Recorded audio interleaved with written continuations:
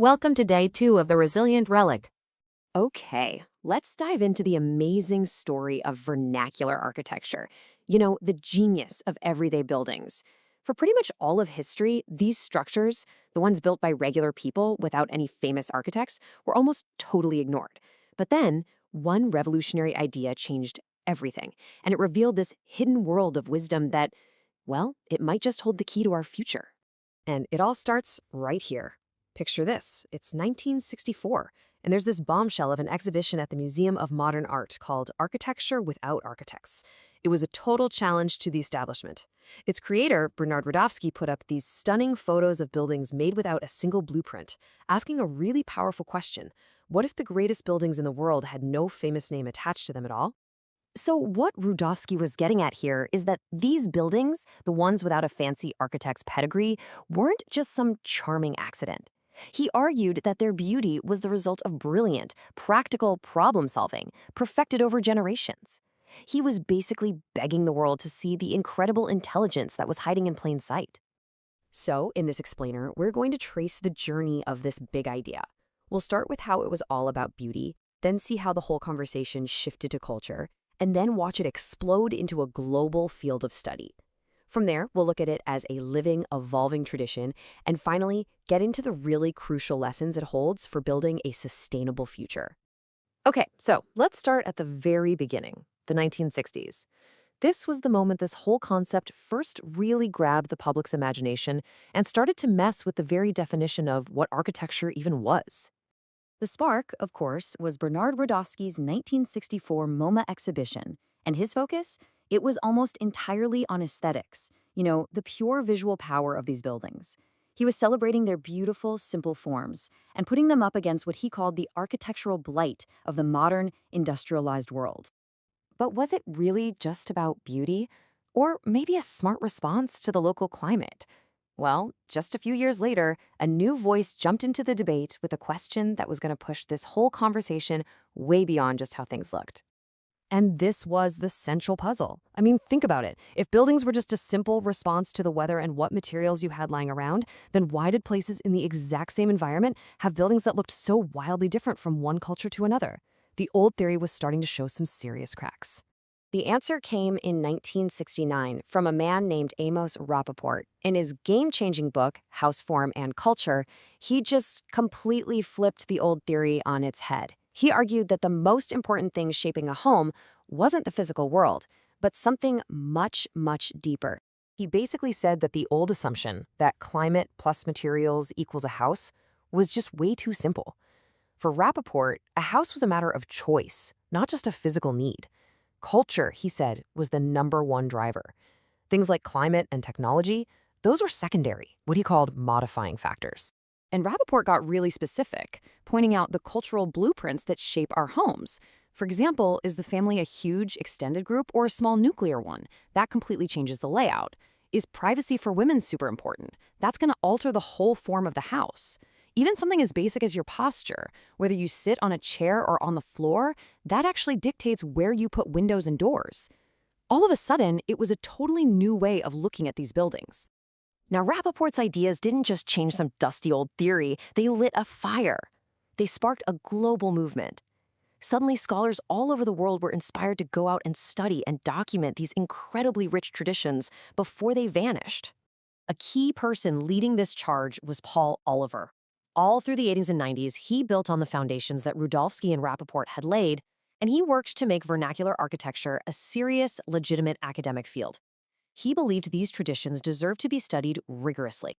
And his crowning achievement was this encyclopedia. I mean, it was a massive effort, bringing together the work of scholars from all over the planet to create this comprehensive record of the world's building traditions. This really truly cemented vernacular architecture as a vital field of study.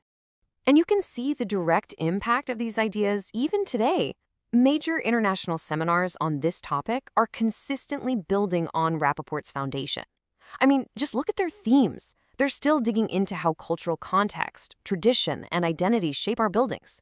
It just goes to show his profound and lasting legacy. Now, it's really important to get this. This field isn't just about preserving the past, like an insect stuck in amber. The next big evolution in thinking was to see vernacular architecture as a living, breathing process, something that's still happening all around us. So this brings us into the 21st century, where scholars like Marcel Vellinga started to challenge the idea of these traditions being these static relics of the past. They argued that vernacular architecture is dynamic. It's constantly adapting, changing, and innovating. This is what we call a dynamic tradition.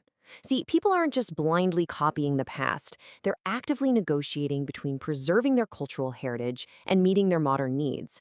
They're mixing indigenous and modern ideas, creating these new hybrid forms that show both continuity and adaptation.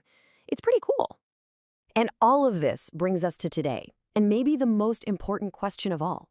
What can this ancient, collective wisdom teach us about building a better, more sustainable future? Well, it turns out these traditional buildings are absolute masterclasses in sustainability. Long before we had buzzwords like green design, people were using local, low-carbon materials and all these clever passive strategies, like thick earthen walls for insulation or shaded verandas for cooling, to create really comfortable homes without burning a ton of fossil fuels. And we're not talking about old-fashioned techniques here. These are highly sophisticated, time-tested strategies. Courtyards that create their own cool microclimates, these intricately carved screens for ventilation without glare, deep overhangs for shade. These are all lessons that modern sustainable design is now trying to rediscover. And the impact is just staggering. Get this. India's per capita energy use for space cooling is just 69 kilowatt hours. In the United States, it's over 1,800. Now, a lot of factors are at play there for sure, but a huge part of that incredible efficiency comes from the powerful legacy of these traditional, climate-responsive designs.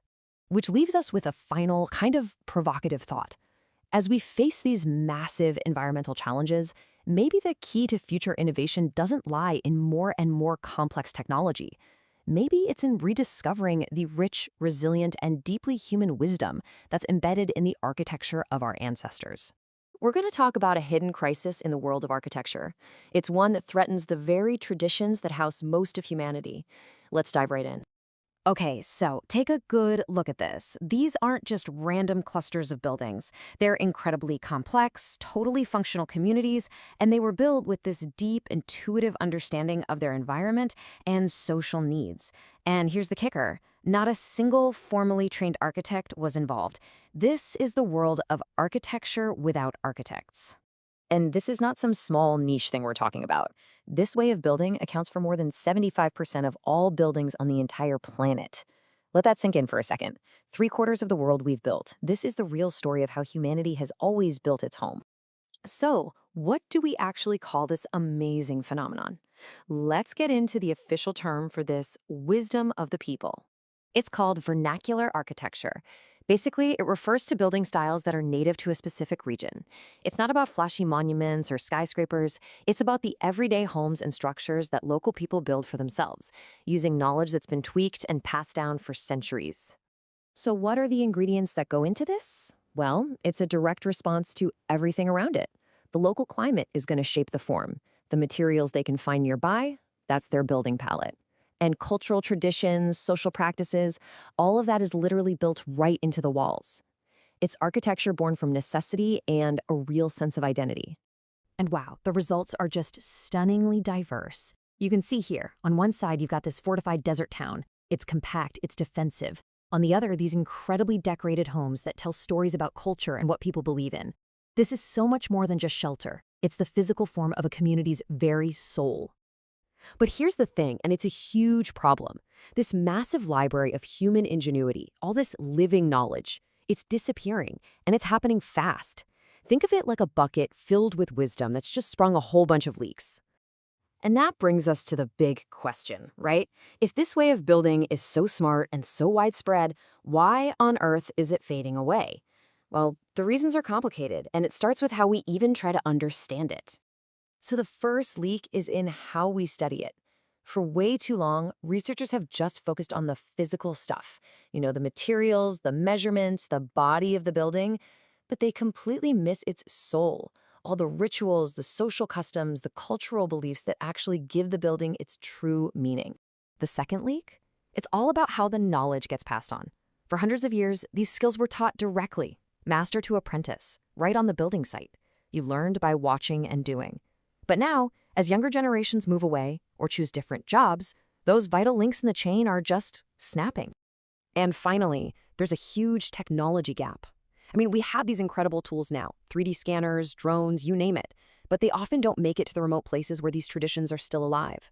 All that knowledge, the complex ways of joining wood, the unique plaster techniques, it's just not being recorded. We don't have a global digital library to protect it before it's gone for good. But the crisis actually gets even deeper, because even when we try to save these buildings, we sometimes get it all wrong. And that brings us to the second part of this whole mess, what I like to call the preservation paradox. See, on the one hand, you have this idea of static preservation. This is the museum approach, right? Where we try to freeze a house in time like it's a fragile artifact. The problem is, people have to live in these places. But on the other hand, a living heritage approach gets that these traditions have always changed and adapted. They're living systems, not dead objects. And this goes right back to that body and soul problem. Our conservation efforts tend to focus on what we can see and measure, the surface structures, like walls and roofs. But we miss the deep structures, the invisible stuff, like social rules and rituals that are the real foundation holding everything together. A family might need a modern roof because the old one leaks, and a purist approach that says no just fails everyone. Plus, there is this really powerful cultural pressure going on. This quote nails it. Modern materials like concrete often get seen as a sign of progress, of being wealthy. So traditional homes can get unfairly labeled as backward, and people start wanting something different, something they see as better. It all creates this perfect storm of neglect. You've got laws and policies that don't even recognize these building methods. There's a serious shortage of people who actually know the skills. Architecture schools barely touch the subject. And on top of all that, there's no financial help for the high cost of maintenance. The whole system is basically set up to let these traditions fail. Okay, but this isn't all doom and gloom. This crisis is also a huge opportunity. It's a chance for us to totally rethink how we build. So let's look at the path forward and how we can turn these traditions from old relics into a vital resource for our future. And the key here is that the goal is not to go back in time. Reviving vernacular architecture is all about smartly weaving its timeless, sustainable, and culturally rich lessons into the way we design and build right now.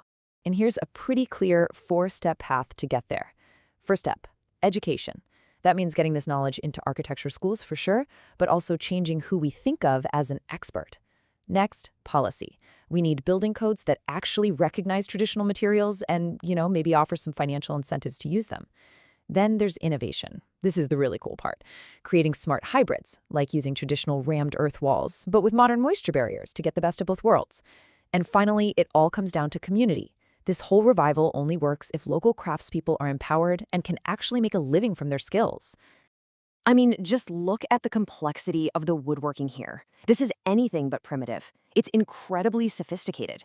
And this level of craftsmanship, this ingenuity, holds so many clues for how we can build more sustainably and create places that actually feel like they belong somewhere. So if you take just one thing away today, please let it be this. Vernacular architecture isn't a museum full of dust-heeled buildings. It's a living, breathing, adaptive system of knowledge. It has always evolved, and it can absolutely keep evolving to help us meet the challenges of the future. Which really leaves us with one last huge question to think about. In a world that is desperately searching for more sustainable, more meaningful ways to live, how can the incredible wisdom of our past give us the blueprint we need to build our future? How on earth do you study a structure that's so much more than just a building? I mean, it's a culture, an environment, and a way of life all rolled into one. Now, when you look at a building like this, it's easy to think of it as, a historical artifact, a relic. But what if I told you that vernacular architecture makes up over 75% of all buildings on our planet? These aren't just relics. They're living, breathing systems holding generations of wisdom about sustainability, community, and how to live in harmony with the environment. And that, right there, is the central question, isn't it? You can't just analyze these structures like you would a modern skyscraper. To really understand a building that's also a way of life, you need a totally different approach. You need a specialized researcher's toolkit, one that's designed to see the building not as an object, but as a living process. Okay, so where do you even begin? Well, before a researcher ever sets foot in the field, they need a plan, a kind of framework for how to see things and what to look for. Let's call it the research blueprint. And the core idea behind this blueprint is actually pretty simple. No single perspective is going to cut it. To grasp the whole picture, you have to look through multiple lenses at the same time. You need to combine the analytical eye of an architect, the cultural understanding of an anthropologist, and the environmental knowledge of a geographer. So, the very first lens in our blueprint is the environment. This is all about looking at how the local climate, the shape of the land, and the natural resources available directly shape how a building is designed and built. I mean, think about it. A building in a hot, dry desert is going to be fundamentally different from one tucked away in a humid valley, right? The second lens is all about social practice. You know, a building is like a mirror, reflecting the society that created it. How is the space laid out? Does it tell you something about family structures or community rituals, or even specific roles for men and women? This lens helps us read the cultural story that's literally written into the walls of a home. And finally, we get down to the nitty-gritty, the physical and material lens. This is where we get into the real nuts and bolts. Where did the materials come from? What are the specific construction techniques they're using? And how is that knowledge, that craft, passed down from one builder to the next? It's all about understanding the deep, hands-on knowledge of making something. All right, so with our three-lens blueprint in mind, it's time to assemble the field kit. These are the practical, real-world tools and methods that researchers use to gather information when they're on the ground. And this toolkit is, well, it's incredibly diverse. It ranges from the really technical stuff, like making and measured drawings and monitoring environmental data, to the deeply human, like interviewing community elders and artisans. It's a mix of hard data and lived experience, and it's all designed to capture the building's complete story. But you know, maybe the most powerful tool in the whole kit is one that goes way beyond just watching. This quote really gets to the heart of a truly immersive research method, apprenticeship. Instead of just standing by and observing, the researcher actually becomes a student, learning the craft firsthand. And this is what that looks like in the real world. Here we see a researcher who isn't just observing, but is right in there, participating, learning by doing, side by side with master masons in Iran. By physically getting involved in the construction, they gain what's called an embodied understanding of skills and decisions you just can't grasp from a distance. Okay, so that's the blueprint, and that's the fields kit. The really crucial part, though, is how these things actually come together in a real research project. How do they transform what we think we know? This diagram here does a perfect job of mapping out that whole journey. It shows how the process takes us from an unstudied building on the left, basically an unknown system, all the way through data collection and analysis to a studied building on the right, where its complex social and ecological systems are finally understood. And this methodical approach, it's incredibly powerful for doing comparative work.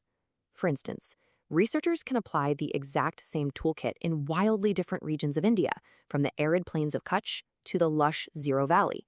See, by using a consistent methodology, they can pinpoint not only the unique adaptations in each place, but also uncover these shared principles of sustainable design that connect them. This is how the toolkit reveals these universal patterns of human ingenuity. And here's a closer look at the kind of data we're talking about. Notice how different techniques gather different layers of evidence.